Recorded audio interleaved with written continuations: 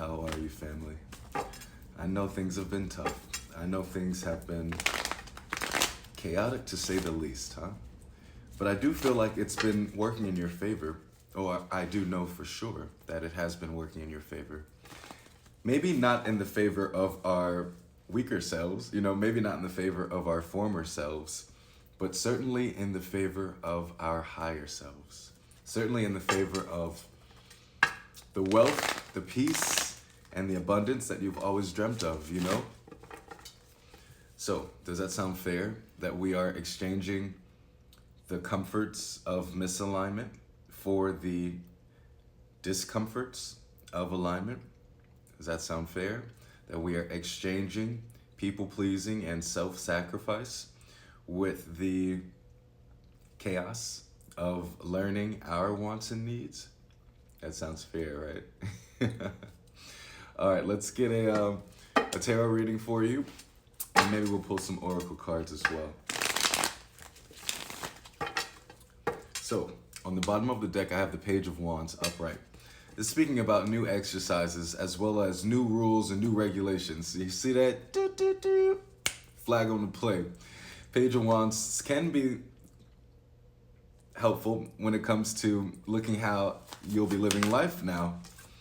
No more blinders on the eyes. No more grace and always being able to offer excuses for people. Now we got to see those red flags and yellow flags, and we got to pump our brakes. Next card out is the Ace of Wands upright with that King of Wands. This is a conversation in not humbling yourself just to be seen, but instead seeing yourself in all of your light and glory, seeing yourself in all of your truth, and then taking yourself, your truthful, shiny self, towards spaces, places, and people who see you. That sounds fair. It seems like we do like equations in not being, you know what I mean? The second card is the Sun and the Empress upright. That speaks about not, like I said, we do so many exercises in not being. So many exercises in learning how to dim our light, learning how to humble ourselves. Maybe that's the exercise that started all the lack. Maybe that is the exercise, the rule that started all of the self-sabotage. The learning how to humble ourselves. That's a very interesting download. So Spirit is saying that maybe at this time, you can learn something new. You can learn how to dance to the beat of your own drum, the Knight of Wands. It seems like a ritual has been complete. A ritual in humiliation, or a ritual in self-sabotage, where we have to learn by picking ourselves up, or we have to clarify and define who we are by experiencing all the things that we are not and the things that we don't appreciate. A ritual. It's all complete. Now at this time, we have the capacity to call things out, to use our discernment and use our voice. Remember, the voice is connected to your worth. And when we have a hard time using our discernment, that's most likely due to the connection of our worth and the voice. When we're able to communicate, engage, and narrate with the world, we're able to see what we say or say what we see. We're able to do what we know when we're able to bridge the gap between our inner worth and our external narratives, or our relationship to shame, meaning our abilities to say, hey, this is who I am, this is what I've been through, this is where I'm going, and this is how I feel about that story.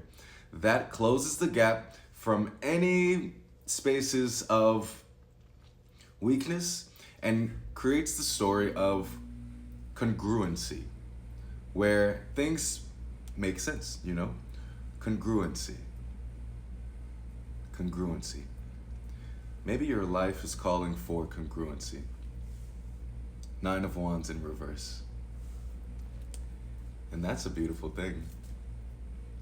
Where we don't have to really get stuck in one chapter of trauma, always feeling as if our definitions and worth are only defined in the past and only defined by the exercises that we did when we were learning. That page of wands again.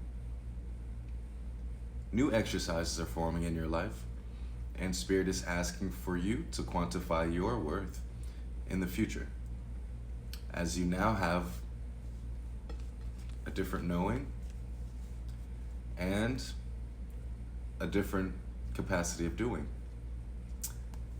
It's time for you to put your wealth and consciousness into the future and take your consciousness and your storytelling capacities from the past and into the future. Let me know below how that's resonating. It seems like you have completed a ritual of humiliation and humility. And now we're ready to just be, remembering that that ritual was only an exercise in communicating to people for support, asking people, do you see me? Asking people, can you see me better if I am less than? Can you see me best if I'm less than your perceptions? What a tricky ego game we play. Star seeds, spiritualists, and the average human heart. Okay, I hope this has been a beautiful reading for you. For more readings like this and for more information, please be sure to follow my other socials at Hood Heru. And just know that this is my only page, my only brand and handle. If this is your first time experiencing me in this way, I specialize in inner child healing and shadow work. I am a public speaker, so as you can see, those were all tied in when it comes to spirituality, ascension, and wealth performance or wealth potentiality. Thanks for watching. See you soon.